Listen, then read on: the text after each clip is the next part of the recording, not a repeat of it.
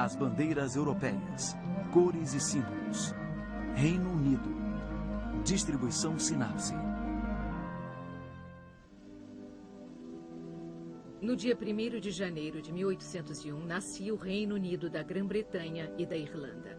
Na bandeira dessa união, 3 cruzes estão associadas. A ordem na qual elas foram se superpondo revela o problema da identidade nacional. Seria uma associação entre a Inglaterra e sua cruz de São Jorge? Entre a Escócia e a sua cruz de Santo André? Ou entre a Irlanda e a cruz de São Patrício? Ou ainda seria a dominação da cruz inglesa sob as dos 2 outros países? Mas de onde vem essa cruz vermelha que simboliza a Inglaterra há cerca de 800 anos? A lenda diz que há muito tempo, um terrível dragão exigia que uma criança lhe fosse entregue em sacrifício diariamente. Quando chegou a vez da filha do rei, um corajoso cavaleiro conseguiu matar o dragão. Assim nasceu a lenda de São Jorge. Foi essa lenda que Ricardo Coração de Leão, rei da Inglaterra, invocou diante de suas tropas antes de enfrentar os muçulmanos em Jerusalém. Desde então, São Jorge se tornou para os ingleses o modelo do cavaleiro, cristão, nobre e corajoso.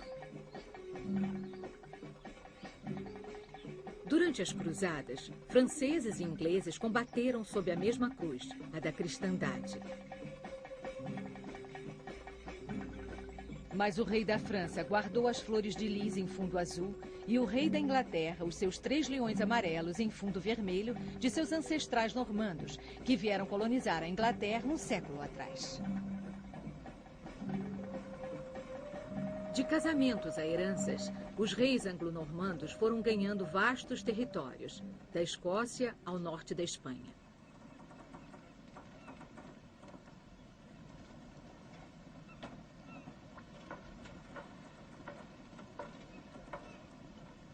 Durante séculos, para manter o controle desse imenso reino, o rei tentou fazer com que os senhores administrassem o Estado. Ele distribuiu suas terras para eles em troca de um apoio econômico e político. Esses barões representavam a autoridade do rei da Inglaterra nas longínquas terras francesas. No entanto, esse mesmo rei da Inglaterra devia homenagear o rei da França, que ainda era o suzerano de seus feudos continentais. Pouco a pouco, o rei da França foi tirando do rei da Inglaterra grande parte de suas terras. Consequentemente, os ingleses não pararam de reivindicar sua soberania em seus feudos na França. Os vínculos familiares que unem as 2 dinastias eram antigos e complexos. Assim, quando Eduardo III, neto do rei francês, herdou a coroa inglesa, ele também reivindicou a coroa francesa. Além dos 3 leões da Inglaterra, ele acrescentou em seu escudo as 3 flores de lis da Casa de França. Essa pretensão ao trono francês foi a principal causa da Guerra dos 100 Anos. Para preparar suas tropas para a guerra, Eduardo III também evocou a lenda de São Jorge e a sua cruz vermelha em fundo branco. Os combatentes costuraram a cruz de São Jorge em suas túnicas para obter sua proteção.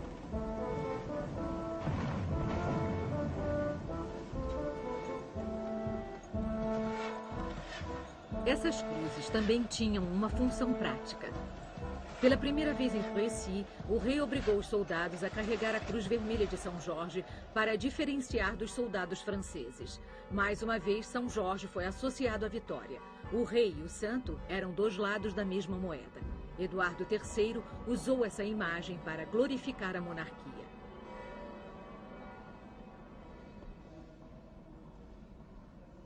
Ele reforçou sua autoridade sobre a nobreza e impôs regras rigorosas na corte.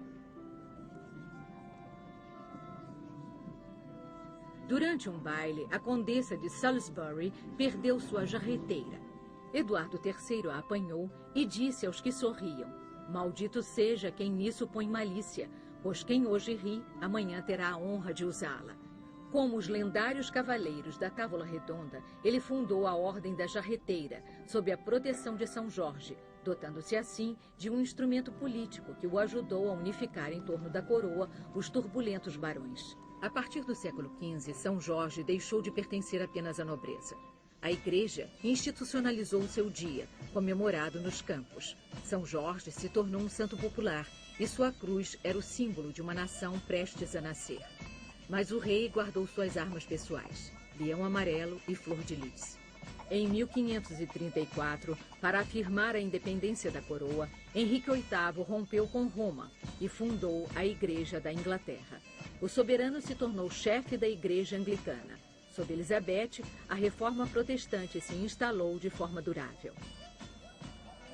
A rainha recuperou a lenda de São Jorge, mas o dragão, que até então simbolizava os pagãos, passou a simbolizar os católicos. Desde o início do século XVII, a Marinha Real abriu caminho para que a Inglaterra partisse para conquistar o mundo.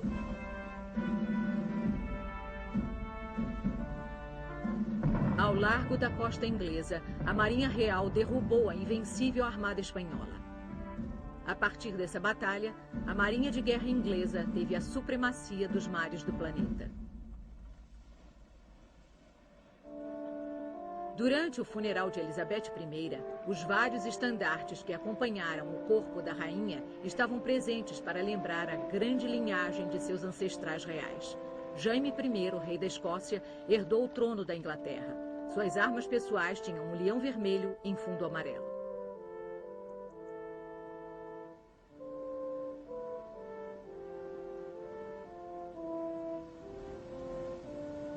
A Escócia foi simbolizada por uma cruz branca em fundo azul. Era a cruz de Santo André. O rei queria unir os dois reinos sob o mesmo nome, a Grã-Bretanha. A harpa da Irlanda e o leão da Escócia surgiram em suas armas ao lado das flores de lis e dos leões. Mas essa união guardou um caráter pessoal, e cada país manteve seu parlamento e seus costumes. Nas bandeiras, as cruzes se juntaram, mas os conflitos continuavam. Os escoceses se queixaram ao ver a cruz de São Jorge dominando a cruz de Santo André, e os ingleses lamentaram a perda do fundo branco de sua cruz. Acentuando o exercício solitário do poder, Carlos I instaurou um regime absolutista. A Revolução e a Guerra Civil estouraram. O parlamento votou pela execução do rei em 1649. Oliver Cromwell formou uma república, mas que foi efêmera. Foi simbolizada com a superposição das cruzes de São Jorge e de Santo André e da harpa irlandesa. A Inglaterra e a Escócia se uniram para criar oficialmente o Reino da Grã-Bretanha. Com a integração da Irlanda, o Parlamento de Dublin foi para Londres. E uma terceira cruz foi aplicada, a de São Patrício. O rei adotou essa bandeira, onde a cruz de São Jorge dominava visualmente e simbolicamente as duas outras. Formou-se a bandeira Union Jack. A partir do século XIX, o país deu início a uma revolução industrial que foi aos poucos transformando a sociedade rural e tradicional em uma grande nação moderna.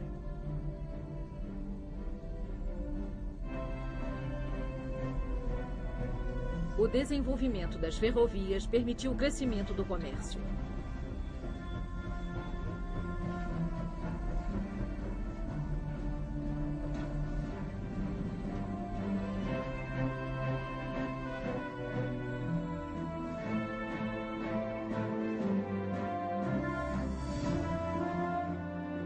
A Grande Exposição de 1851 foi uma ocasião para afirmar esse avanço tecnológico.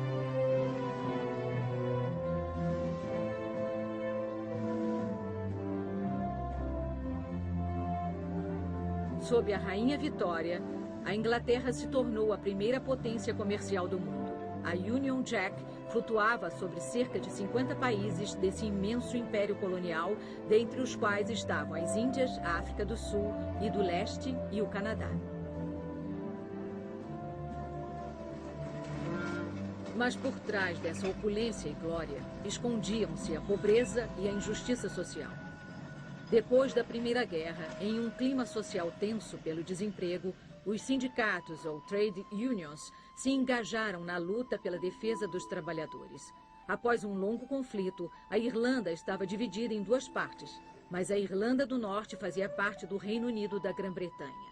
As mulheres entraram na política com as sufragistas que lutaram pela igualdade de direitos. Graças aos heróicos combates aéreos da Royal Air Force e à atitude exemplar de sua população civil, a Inglaterra resistiu ao maremoto alemão que assolava toda a Europa. A coroa cedeu o poder no Império das Índias.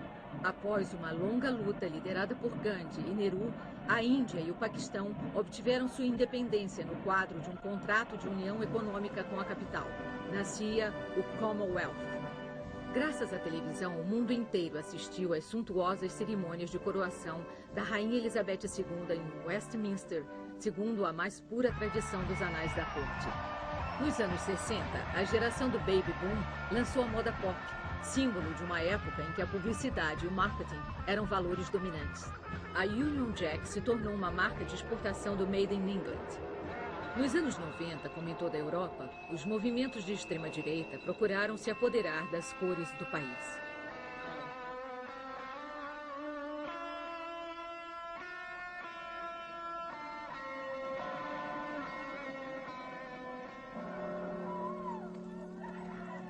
No enterro da princesa de Gales, o conflito que opôs a rainha e o povo revelou um profundo mal-estar entre a família real e a nação. A política aplicada pelo governo trabalhista relançou o debate sobre a união. Os resultados dos referendos organizados na Escócia e no país de Gales levantaram a questão da independência e da associação das 3 cruzes na bandeira. Ao longo de sua história, a velha Inglaterra sempre se manteve distante do continente. Será que sua recente integração à União Europeia irá modificar seu comportamento? Uma bandeira. Para quê? Há séculos na Europa, cores e símbolos se unem e se opõem. O que eles representarão amanhã? Versão brasileira Áudio News.